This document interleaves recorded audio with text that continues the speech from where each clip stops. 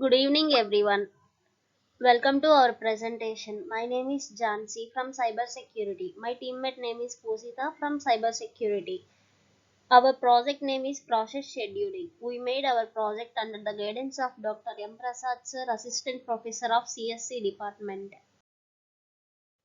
Let's go to the objectives.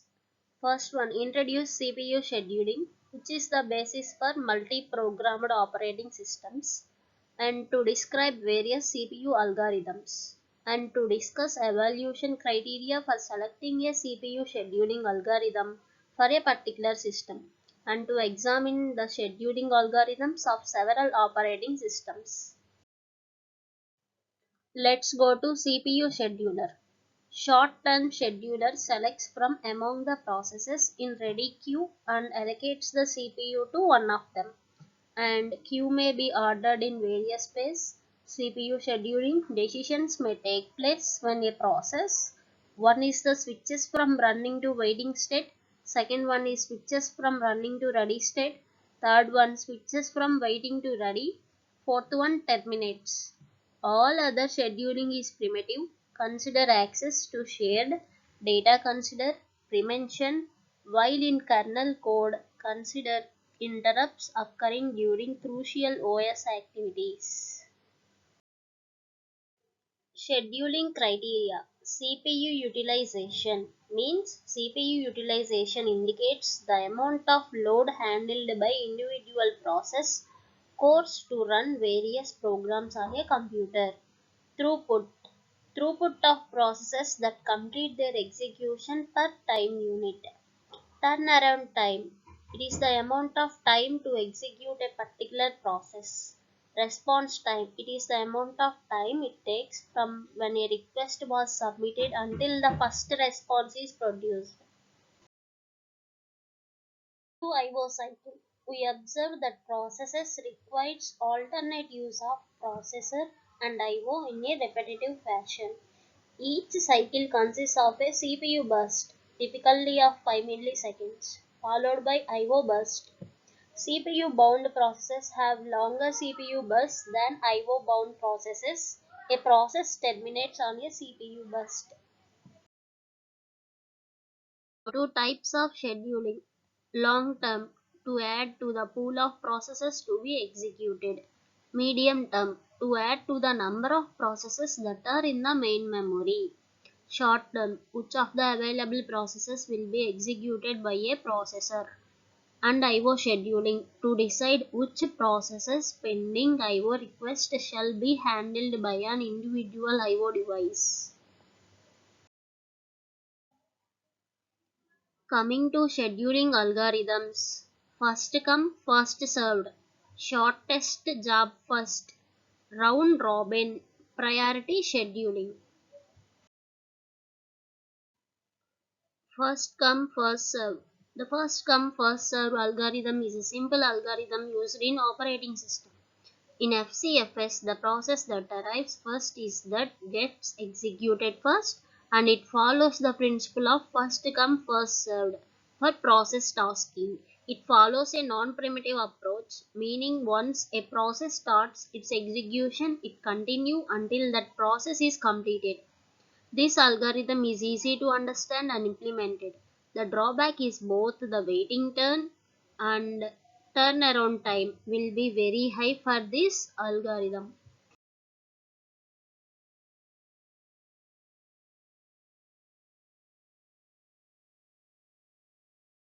Shortest job first. Associate with each process the length of its next CPU burst.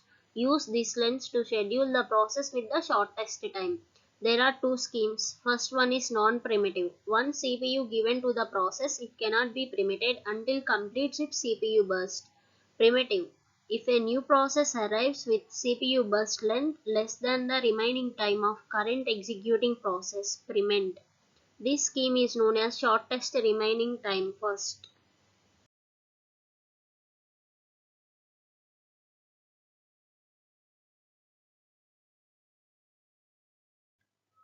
Round robin scheduling. The round robin scheduling algorithm basically a primitive scheduling algorithm designed for Time sharing system. If there are n processes in the ready queue and the time quantum is q, then each process gets 1 by nth of the CPU time in chunks of at most q time units at once. The performance is q is large for first in first out, q is small, q must be large with respect to context switch, otherwise overhead is too high.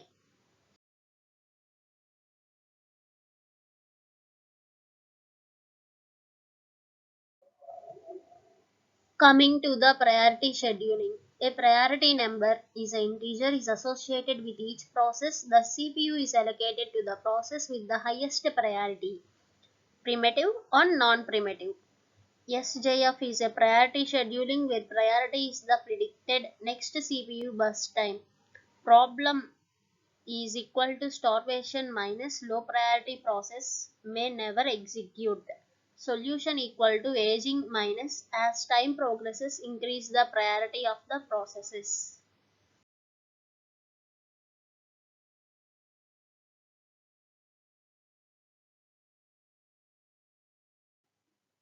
Multi-level queue. Ready queue is partitioned into separate queues, foreground and background. Process permanently in a given queue. Each queue has its own scheduling algorithm. Foreground and background. Scheduling must be done between the queues. Fixed priority scheduling and time slice. Time slice means each queue gets a certain amount of CPU time which it can schedule amongst its processes. Multiple processor scheduling. CPU scheduling more complex when multiple CPUs are available. Homogeneous processors within a multiprocessor. Asymmetric multiprocessing and symmetric multiprocessing. Processes in common ready queue or each has its own private queue of ready processes. Processor in affinity. Process has affinity for processor on which it is currently running. Real-time CPU scheduling. Soft real-time systems. No guarantee as to when critical real-time process will be scheduled. Hard real-time systems. Task must be serviced by its deadline. There are two types of latencies affecting this. Interrupt latency and dispatch latency.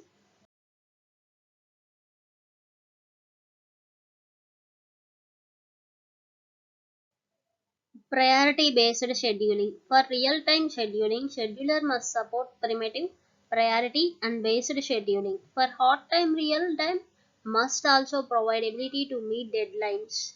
Has processing time, deadline, and period, and rate of periodic task is 1 by p.